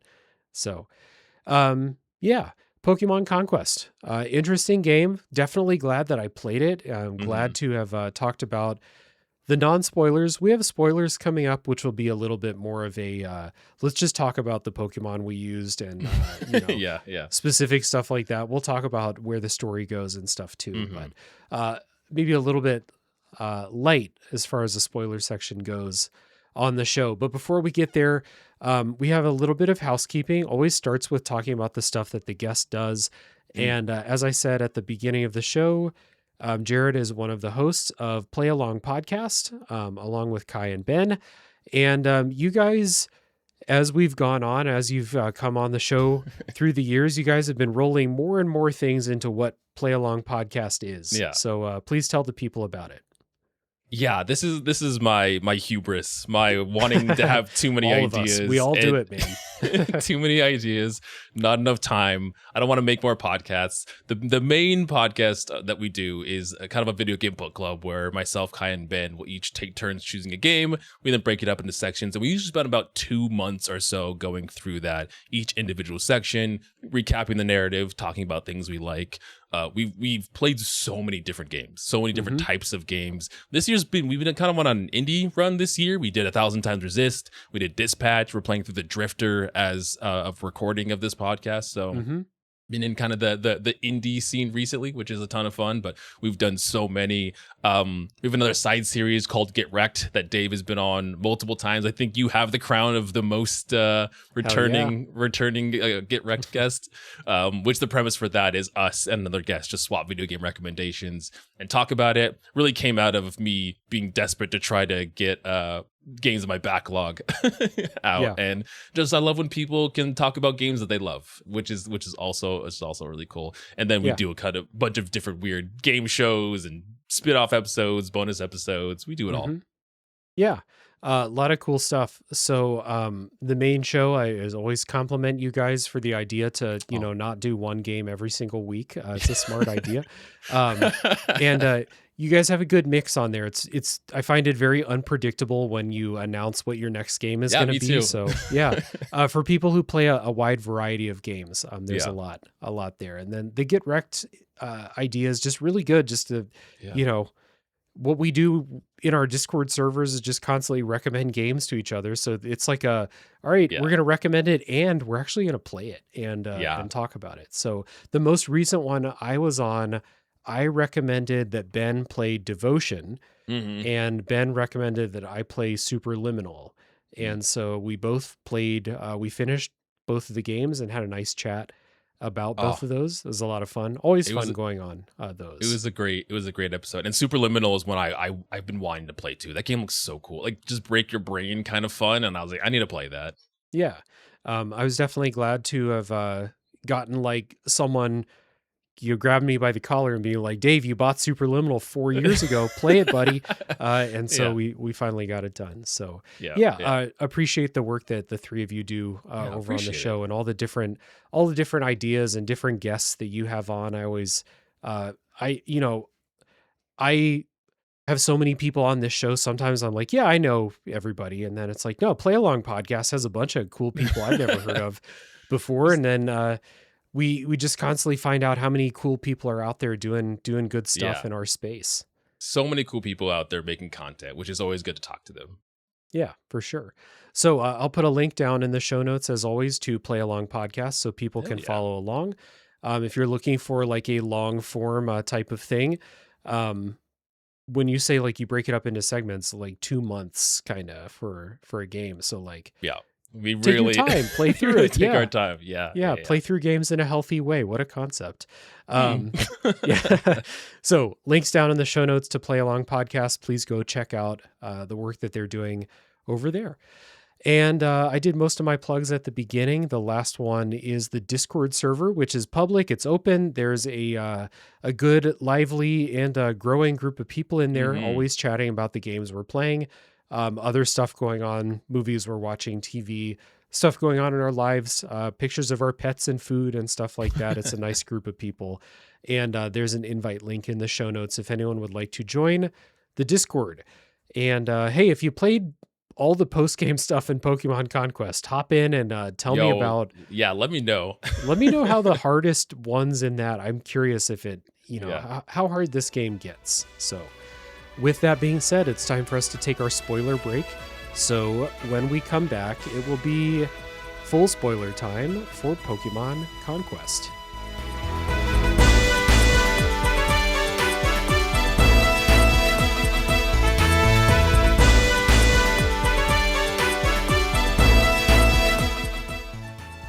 Before we get to full spoiler time for Pokemon Conquest, I want to take a minute and thank the wonderful patrons who help support the show. So a big hearty thank you and shout out goes out to Chris Nelson, Zulgeek, Chris Copleen, Rick Firestone, Nick Ficori, Soccer, Cupcake, Kyle, Christian S., Matt aka Stormageddon, JD, Doug Leaf, Jason Emery, Brian Skirsha, Jenny E., Marcus O'Neill, Stefan, Drellish, Rigamort, Silcanet, Levi, John E., Aliasi, Aaron, Alan Kress, Doug T., Retro Overdrive, Magic Crow, Curly Bright, Ian L., Steve Yeager, Trash Dog Actual, Delaney and Jack McBride, Ethan Young, Michael Lassen, Michael Matuzak, Keith B., A Quack a Day, Jake Martin, Mike Kniff, Kugel, and many more. Once again, these fine folks have all chosen to go to patreon.com/realdavejackson to throw me a few bucks a month to help support the work I'm doing here on the show. It's much appreciated. It helps out in a lot of different ways, and you can join them for as little as $2 per month.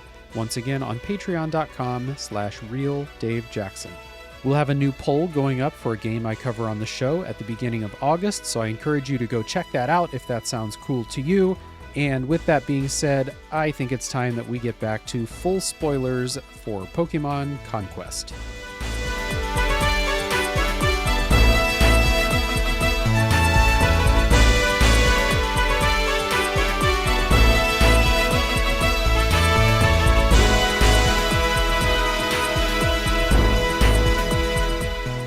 All right, we're back. It's full spoiler time for Pokemon Conquest. And the customary disclaimers, if this is your first time here, the normal one, we're not going to go on a linear walk through the game. So we're going to just start talking about Pokemon. This is going to be more of a shop talk spoiler section than a, there is no story analysis to be had. So I like doing that in a lot of them. This is not that game though. So we'll talk about the story, but we'll talk about things out of order. So it's a full spoiler warning. And what was the other thing? The other I do this every week on the show. I can't remember what the other disclaimer is. Oh, we're not going to talk about everything. Yeah, I didn't do most of the post game content, so we're not really going to dig into that. And there's just going to be stuff that we don't talk about. That's kind of how it works. So, with that being said, I figured we'd start with something easy and just talk about what are our favorite Pokemon to use in combat. And what's cool about this is I'm looking at my list and I see some of my old favorites like Alakazam and Gengar and stuff like that. But there's a bunch of Pokemon here that I have never, not only have I never used them, I have never considered using them in some of the other games. So tell me about some of your favorites. Yo, I had that same feeling because when I tell you that I've never taken a second glance at Carnivine in my life. No, dude, absolutely not. No. I've never looked at that weirdo ever. Yeah. And he was like my strongest Pokemon through like most of like the first half of this game. Mm-hmm. And I don't know if like I was just using him consistently. So that's why he got higher level. But he also, we talked about before the spoiler section, the Pokemon that can fly have more mobility. He hovers, so he has like flying ability without actually being a flying type, which is really cool. Mm-hmm. His move Vine Whip kind of hits the first 3 squares in front of him too, so it was good coverage. I hit my own Pokemon a lot on doing that. But Carnivine, I don't think I've ever used a Carnivine in my life, and he was just so good. He was so good. Like you said, there's like some of like my favorites were on here too. Like I love Excadrill. I think Staraptor is super cool, but I also used Whimsicott. Whimsicott's another one that I never take a second look at, and Whimsicott was really helpful. Having grass type, I didn't realize was going to be helpful in a lot of the situations, and it was. Again, I think Whimsicott also kind of hovers and bounces, so has that ability to kind of float around too. Mm-hmm. I learned that mobility was kind of the biggest thing. Like your ability to move and get around the map was so helpful, and if you had Pokemon that could utilize that, it just worked. It worked really well. It was really clutch. The other one that's not a very well-known Pokemon that I used, this was on my ending team, was Beartic. Oh yeah. Who? If Beartic's your favorite Pokemon out there, let me know, because I mean, it's like it's kind of cute. Like I remember in Gold and Silver, I really loved Ursaring, but it was not, not a big viable, normal type really. Is like, if you're building a team for the Elite Four, like unless it's like a Snorlax or something, like a big normal type's not going to do a whole lot for you. But now we get a big bear and it's an ice type. Like I had one, I used it for the dragon. Yes, that's why for specifically the first Nobunaga fight. Yeah. Well, it's funny because when you posted about, because we were talking back and forth of wanting Walrein, I was like, I was on that path too. Yeah. And then the journey to get him, I was like, I can't do it. Is there other like ice types that I can use? And I found a Cubchoo and I was like, you know what? I never use Beartic. Let's add Beartic in here. But I specifically wanted an ice type for dragons because I was like, I know he's going to have a full team of dragons. I have to have some kind of coverage going into him. And I don't know, this was before X and Y, so there's no fairy in this. So Dragon is really just running rampant with not a lot of things that are strong against it. So Beartic was another one that I kind of like fell in love with during this too. And now it's kind of motivated me to like look at these Pokemon different in subsequent normal Pokemon game playthroughs too. Yeah. I always try, because the thing about like playing new Pokemon games, like when the new one comes out next year or whenever that's coming, I'm going to do my best to use the new Pokemon. Like I always try to do that. Use the new ones from the new region and stuff like that. But there's a lot. There's probably like 700 that I've never used from the old games that like, because I don't replay Pokemon games a lot anymore. Like there's now that I have the podcast and be like, I could play Pokemon Soul Silver and do a podcast about it. Like that'd be fun. But there's a bunch like Conquest gives me a great opportunity to try some of these out that have just like, they've just fallen through the cracks 20 years ago when, this was their one shot to be used. Like, a Walrein, which was great. Or like, I forget what Walrein's like second evolution. Oh, Celio.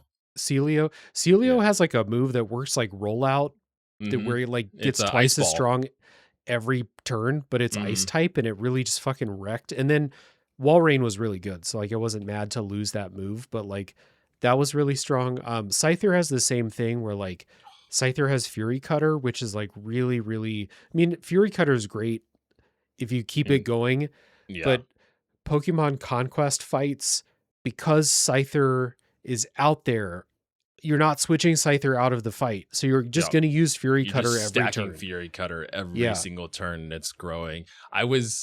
Scizor is like my favorite Pokemon. I love Scizor, and I wanted a Scizor so bad, but I could not get the. You have to buy a metal coat to evolve Scizor, and I never got the chance to. I rocked with Scyther though. Scyther was still fun. Like I said, Fury Cutter was good, but I wanted that Scizor so bad. Yeah, I remember buying like there was one time when the merchant came and I just like didn't have any money, and it was like I didn't have a lot of stuff to sell either, and it was like, or like I sold everything in my inventory, and it was like, I can buy one Thunderstone or something like that. And so I did that, and then like he didn't show up for 2 years in the game. I would have sold my Carnivine for a chance at a metal coat. I would have sold my Pokemon if I could have had a chance. Yeah. So I didn't get into stone evolutions with mine other than Jolteon. And you had Vaporeon, you said? Yeah, I went Vaporeon this time. And like I was talking about, Hydro Pump hitting 3 in front of you was so good with range. Like it was so nice. My team was like really light on water. Like I ended up evolving a Gyarados because I wanted a water type. And I was like, Gyarados is good. Let me tell you, trying to evolve a Magikarp in Pokemon Conquest. What's that? What's that stipulation? It's just a link percent, I think. But like we had talked a little bit about this. Like we thought that fighting in battles raises the link faster. I don't know if it's actually like legitimately faster in like real minutes, but like you can raise it higher than you would by just training. But Pokemon get rewarded in combat for knocking out enemy Pokemon or attacking them, and Magikarp just can't do shit. Nope. So it was like, once I got into that mode, because for a while I was playing and I was like, I don't want to just like skip. Yeah. And then eventually it got to that point where I was like, nah, fuck it. We're just skipping 10 months ahead.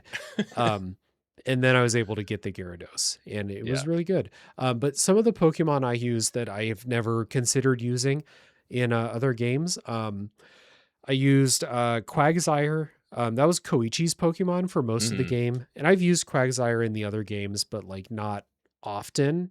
I used it for a little while in Scarlet and Violet. But used Quagsire for a while in here.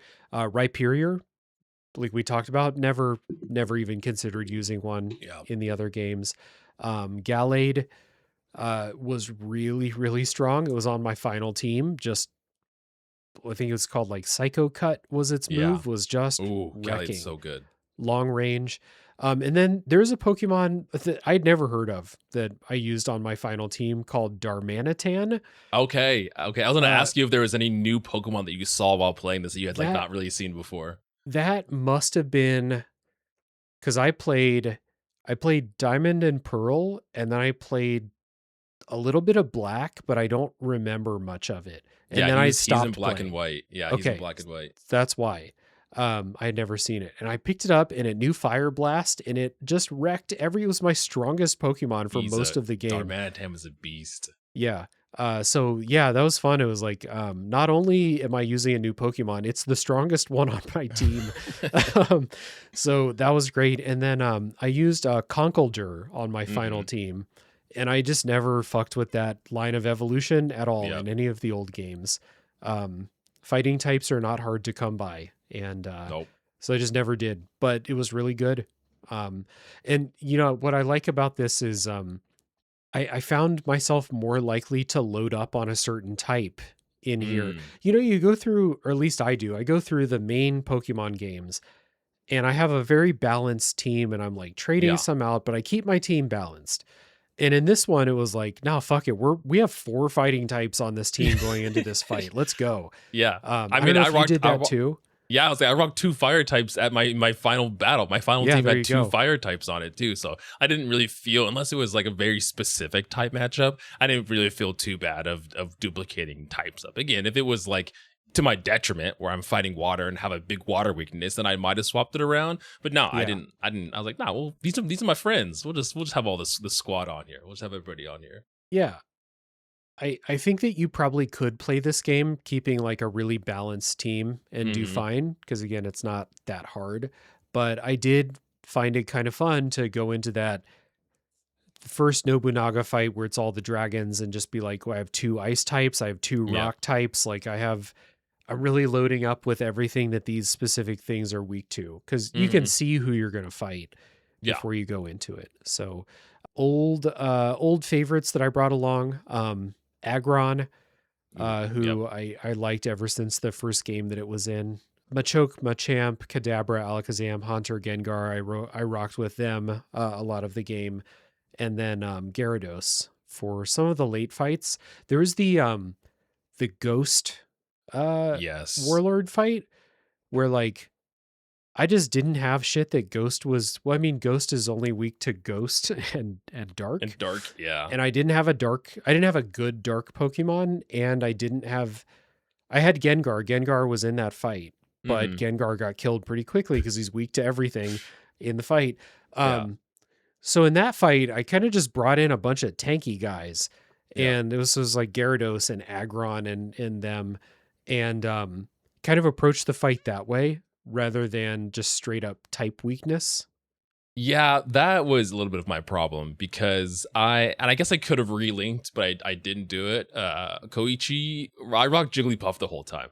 I had Jigglypuff until the end. One, because I was like, I don't know why I didn't think it didn't evolve with a Moonstone, because it usually evolves with a Moonstone. But I was like, oh, I probably just gonna have to get this like Link level up. But it's a Moonstone, and you can see the elusive trade market guy never shows up. Once in a blue moon, he shows up. Yep. So I mean, Jigglypuff pretty useless in that Ghost fight. But Jigglypuff has an ability where surrounding Pokemon it will put to sleep, which is really helpful. Oh, and okay. Its actual ability that you can activate heals the whole team.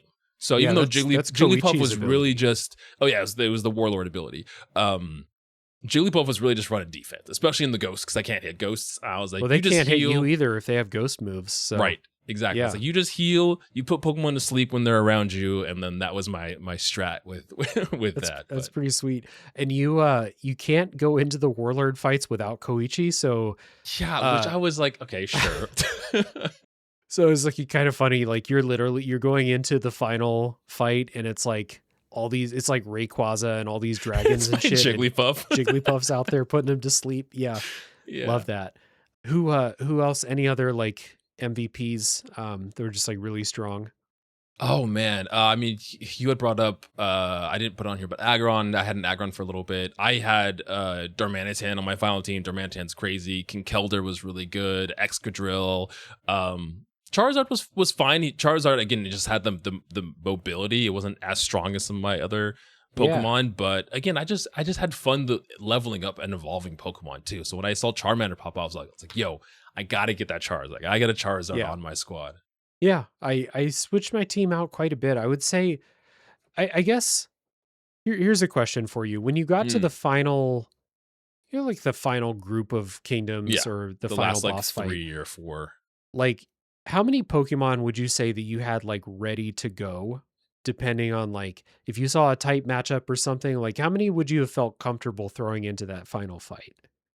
I feel like my main sickle grind was bookended here, where I did a lot like in the beginning and then a lot at the end here, because at the end I was like, okay, I have like some Pokemon that I could use to put on a team, but I kind of want to go get some more guys just in case. So at the end here, I went back and I got Staraptor, I got Excadrill, I did Kinkeldor, I did Charizard, and so a lot of my end fight was just doing that. So I had options. Even like I didn't end up even using Staraptor for a lot of those fights. I just wanted to have options, just to have some options too. So yeah, I bounced around between a few, but I did a lot of grinding for Pokemon here at the end. There's a lot of my kingdoms still that have like, not Caterpie, I don't know if Caterpie's in the game, but like the early bugs and like Timber and like some of the early kingdoms. Yep. I probably had like 15 like Pokemon that were like fully evolved, raised to like link level like 55 to 60 or above, like ready to go if it was like, oh, surprise, there's another final boss, which there is, and they have a certain type, where it's like, oh, I need a water type, like I have something ready, fighting type, whatever. So the final thing, you take out Nobunaga's like final kingdom. That's the one where he's got a bunch of dragon types, and then you find out in the story Nobunaga is trying to conquer the world to meet Arceus. That's the god, is Arceus. And because Nobunaga wants to put an end to this myth and stop all the wars, which, like, hey, that's not a bad idea. I'm on board with again, that. I'm like, am I the bad guy trying to stop him? He just wants peace. He just wants us to stop abusing Pokemon. And I'm like, no. He's just got like scary armor and a scary hairstyle. Like, he's not actually evil. He just, you know. So you take care of that. And then you have this final fight, and there's going to be a confrontation. I thought I was going to have to fight Arceus. I thought I was going to fight Arceus too. Yeah, which is why I loaded up with like my strongest guys. Yeah. But who was on your final fight? So my final team was Vaporeon, Jigglypuff, Rhyperior, Darmanitan, Charizard, and Beartic. It is funny in hindsight looking at Jigglypuff coming into this fight next to like Arceus and everything, so, against the shiny Rayquaza. Can you imagine? Like, if this was like in the anime or something, and like all the Pokemon, like it like pans across them all on the battlefield looking tough, and then Jigglypuff is there with the microphone and everything. Also looking tough, ready to put people to sleep, ready to kick some ass. Yeah, exactly. Yeah, it was funny. But yeah, that was my end team. Okay. My final team was Jolteon. I started raising a Larvitar on is the guy that had the Rhyperior, because it's like his favorite type. Perfect link situation, but I just like I couldn't do it. It was too long to get the Tyranitar. So same with Dragonite. I got a Dratini, and I did it for a little bit, and I was like, I got enough. I'm good. So it was Jolteon. Koichi had Aggron. I had the Rhyperior. Mostly because of the Rock Wrecker move. It's just really fucking strong. Yeah, and the range on that is crazy. It's like insane range. Yep. So that move was great. I had Gallade. Use a Conkeldurr. I've never heard it said out loud before. I just read it Conkeldurr, but whatever. Conkeldurr, it's the guy with the fucking steel girders swinging him around. And then Darmanitan was my final team. Yeah. Also remember, like, I think it was the Nobunaga, like the final Dragon Nobunaga fight. Yeah. Where it's in like this place with like these pillars. I was gonna ask you about this, yeah. If you like hit them, they'll like shoot out some element. I thought that was really fun to like, I was like, I'm going to have the thing attack it, and then it'll shoot my Jolteon with electricity and heal it. Like, stuff like that. That was fun. Yeah, see, I didn't put together that there's like rotating colors that do different things at first. There's like fire that will burn you, blue is ice, yellow is electric, and then there's one that heals you. I didn't get that at first. I didn't put that together. So I was like doing damage to myself, and then I was like, oh, I understand the whole system of everything and the whole loop of this fight. I didn't get it right away, but like eventually like the group all like clumps together in front of them, and like two of the opposing Pokemon like just got wiped by the ice one because they're dragon types or something. I was like, perfect. And then Jolteon's just standing right next to the electric one, just getting healed every turn, because I think its ability is it's got the Volt Absorb ability. Oh yeah. So anyway, so the final fight, Nobunaga shows up. You have a final fight against Nobunaga, but Arceus wants to link with you because you're the one who united the kingdoms. You're the chosen one. You're the chosen one, so you get to become friends with God, and God joins your team. Arceus joins your team.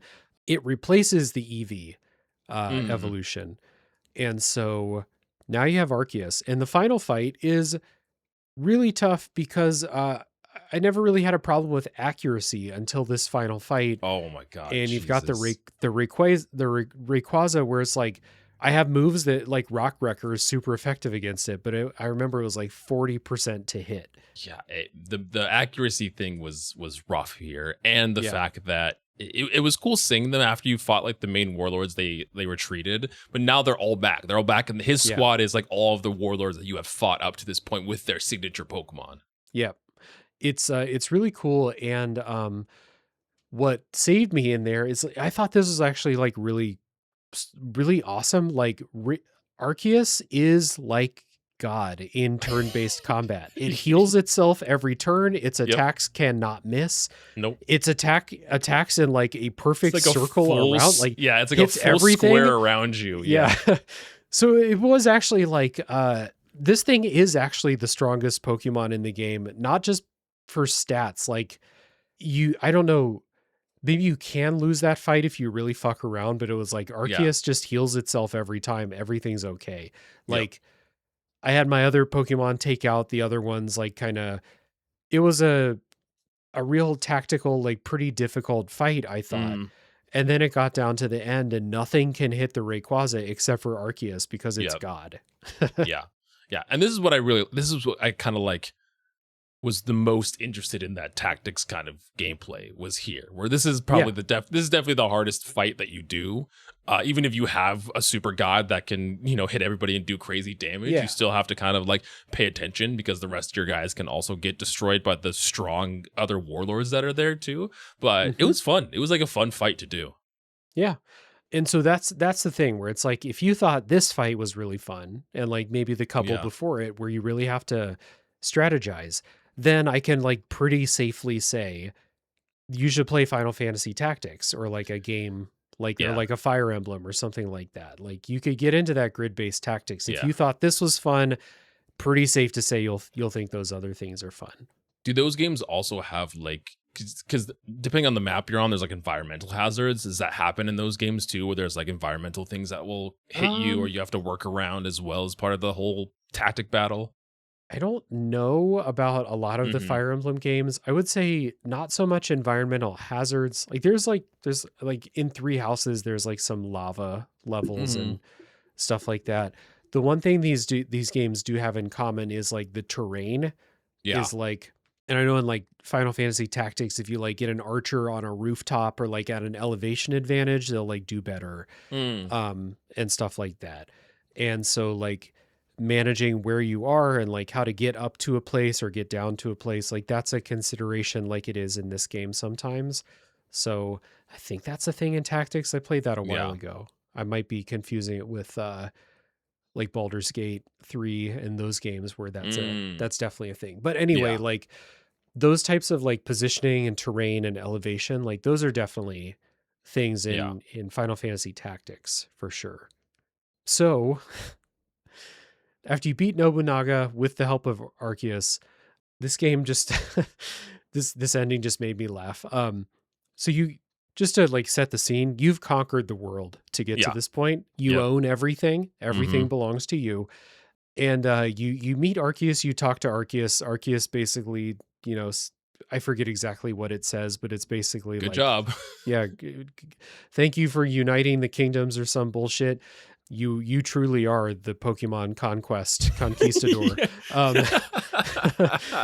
And then at the end of the game, your Pokemon your character just hands the kingdoms back to the warlords who used to occupy them. Everything is undone, and that's the end of the game. Everything goes back to the way it was. This ending was first just the story set up to immediately fall off of Nobunaga and his character, where I'm like, oh, the whole idea of like bad guy makes sense. I love like if you have a bad guy and you're like, oh shit, like it kind of makes sense why he's doing these things, right? He's like, we use Pokemon for tools. I don't like that. I'm going to conquer it, meet God and tell him to stop. I'm like, that makes sense. That makes a ton of sense. Never goes anywhere. With that. We conquer the world. We've conquered all these kingdoms. And then we're like, just go back home, guys. You're fine. Yeah, everyone goes back, and we'll just go back to where we're at the exact point where we were at the beginning of this game. Yeah, no, literally. Yeah, except I have a team full of the best Pokemon, but right. This game kicks you into the post game stuff, so you can't go like fill your gallery or your Pokedex. You got to go do the post game stuff. But yeah, I forgot that part about Nobunaga's like reason for doing this is like we use Pokemon as tools. Right. As not only just as tools, that's a thing that some of the other games have talked about, but like we use them as tools in this never-ending cycle of war because of this stupid ass prophecy that we have, which turned out to be true. Like, so he got what he wanted. Your character got what they wanted. They got to meet Arceus or whatever. Like, I don't know if that's actually what they wanted, but yeah, it is a story that if they wanted to prioritize telling a story and exploring these themes, they sure could have. They sure could have been like, hey, what if by going through the process of conquering this kingdom, what if you destroyed it? Or like, what if people died? Or like, this is war. Like, what if we took the kid gloves off even a little bit? But this game, they either didn't have ideas or they didn't want to explore it. I think it's probably the latter because this is a team. Yeah. The team that made this game has been making games about war their entire careers, like their entire, probably the entire time that like Nobunaga's ambition's been going since the 80s. Like they've been doing this forever. They know what types of games they're making. And I think it's just like, we're making a Pokemon game. This is ultimate kid gloves. It has to be the safest story about conquering the world. The bad guy isn't even allowed to be evil. He's actually a good guy. He's actually fine. Legitimately, nobody's evil in this story except possibly your character. But they make it very clear that like no one gets hurt. No feelings are even really hurt. You just you're thanked after conquering people. They're like, wow, thank you so much. It reminds me of in the Yakuza games how like you'll go through this like sub story of like some guy who's like cheating people or something like that, and you go through the parts of the quest, you beat the shit out of him, and at the end he thanks you and talks about the lesson he learned and he leaves. Like that's what this reminds me of. Except there was no cheating happening in the first place. They're like, man, that sure was a thrilling Pokemon battle. That was a battle.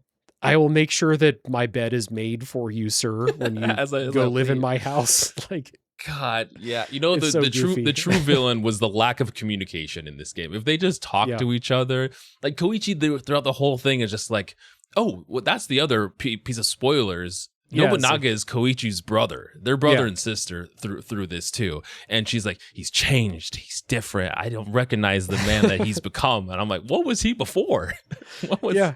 I really think it's just like he's frowning all the time. He's very upset about this. Yeah, it's weird because like with the way the world building is with this, everyone's just fighting all the time because everyone wants to, take over the world. But like nothing, it doesn't seem like nothing. It doesn't seem like anything bad happens. Their version of taking over, their version of attacking another kingdom is forcing them to have a Pokemon battle. Yeah. And like ethics of Pokemon battling aside, that's it. Sure. That's it. No human people were harmed in the making of the conquering of these. And I think this is like canonical to the other Pokemon, things too, where like the Pokemon aren't really harmed by this either. Like, maybe in the moment, but like Pokemon has the best medicine in the history of medicine. Like everyone's perfect all the time. So, it's just really goofy how kid gloves this story is. And then when you get to the end and everyone's like, man, that sure was an adventure. Everyone just go home, go back to your kingdoms. Like everything's fine. How do you it's crazy. How do you feel about, because we talked about how we really like the grind of the game. And that can still happen, but you've gone through this journey, this 20 plus hour journey. You have your guys and you have your kingdoms that you've, managed. Even if some of the warlords go back to their kingdoms, I'm assuming maybe some of your guys are still there or whatever. How do you feel about not being able to go back to that world essentially and being forced to do post game Like post game is not like an optional thing where like I can do the post game or I can just continue doing my thing. If you want to do that, you have to do post game stuff first. Yeah, I honestly I wasn't gonna go back to like fill the gallery, the Pokédex, but I did want to like go in and look at my final team. I'm glad I remembered I mine wrote my final like, team in the notes from memory because I was like, oh, I'll be able to check. Nope. So I'm not too bothered by that. But I do know there are a lot of people who like, you play a Pokemon game, you want to fill up the gallery, you want to get all the Pokemon. Catch them all. I'm sure there's a lot of Pokemon that are only available in post game though, so maybe that's not a real problem. Yeah. Because I looked in the gallery, I was like, I'm sure I at least saw everything that's not, Dragonite, big final evolutions of things. But there's 199 total, and I'd only seen like 115 or 120 of them. So yeah, we have like characters, like some perfect links you can't get until post game. Some characters, some warriors won't show up for certain Pokemon until, sorry, they're drag racing outside, until post game. Yeah. So I don't know, maybe it just continues that way. And maybe the things that I would be annoyed by if I were a different person aren't even real, and you have to do post game to do them anyway. So yeah, I'm okay with it at the end of the day. Gotcha. It's just always kind of like the Dark Souls games used to do this too, where it was like, you beat the game and you need to start New Game Plus or start a new game. You cannot go back. No. Which is, story-wise makes sense, but it always kind of like, I guess in this game, what are you going to go back to? Everyone went home, so you're like, you're back in everyone's Aurora happy. Who are you going to conquer? Yeah. And you just like psych and start conquering the whole world again. Now you're the bad guy. They actually leaned into that twist. Yeah, Pokemon Conquest 2 is like, oh, your guy from the first game, he got a taste for war, and everyone else is done, but he's not. So that would give big like fighting Red at the top of like Mount Silver and Gold and Silver, like fighting the protagonist from the first game. Yeah, I'll be writing this down, Pokemon Company, because we got ideas for this sequel. Just bloodthirsty. Yeah. So, all right. Well, that feels like Pokemon Conquest. Pretty well covered for us. Kind of fun, like shop talk a little bit, and then just talking about the story in spoilers here. So, Jared, thanks, man, for agreeing to do the episode with me and play Conquest, and thanks for the chat. It's been a lot of fun. Yeah, man, always good coming on here and talking to you about games. And Conquest was a specific one that I've had in my backlog for a while, and I finally can check that off of the Pokemon games that I haven't played. So it was the perfect excuse. How many other Pokemon games do you have on there that you haven't played? I mean, there's probably some real niche shit that you haven't played, but like, I gotta feel like you've probably hit on a lot of them. So like I stopped Mystery Dungeon after the DS games, and there's like 6 Mystery Dungeon games after that. Shit, there's like a handful on the DS, and there's like 3 on the 3DS, and then they have the Switch remake as well. Pokemon Ranger has 3 games. I only played the first one. I never beat the first one, but there's 3 Pokemon Ranger games as well. There's so many weird ass Pokemon games out there. As soon as I asked the question in my head, I was like, there's probably like 2 or 3, and then as the sentence was being said, I was thinking in my head, is like, there's like 3 Pokemon Picross games, and there's the Picross, the Pokemon trading card game. I haven't played that one either. I had to play the sequel to the trading card game. I heard that's good English translation for it, so try that one out. But yeah, always good to have you on the show, man. Always good chatting with you, and especially when we get to talk Pokemon, it's always a lot of fun. So I could dab about Pokemon, so always a pleasure. Well, maybe when I get around to that second trading card game, it could be a reason to check another one off for both of us. Yeah, so there you go. I'll wait for the Zubat signal to shine. Yeah, the Zubat signal for sure. So at the end of the show, I will give the reminder for everyone to please check out Play Along Podcast for your long form book club style stuff, but also a lot of fun stuff along the way. Check down in the show notes for those things. And if you're here with us at the end, as always, you're my hero, and tune in next week for the next game to come out of the backlog.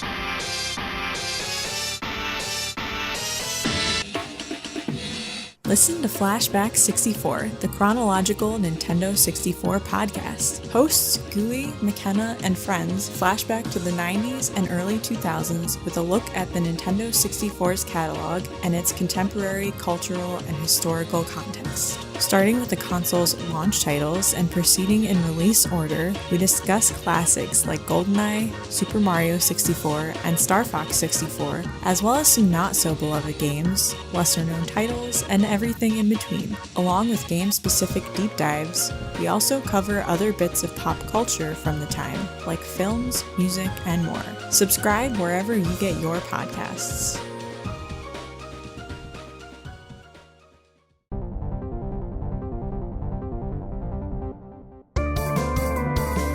Hey everyone, my name's Darren Hupke. I'm a writer, publisher, and podcaster.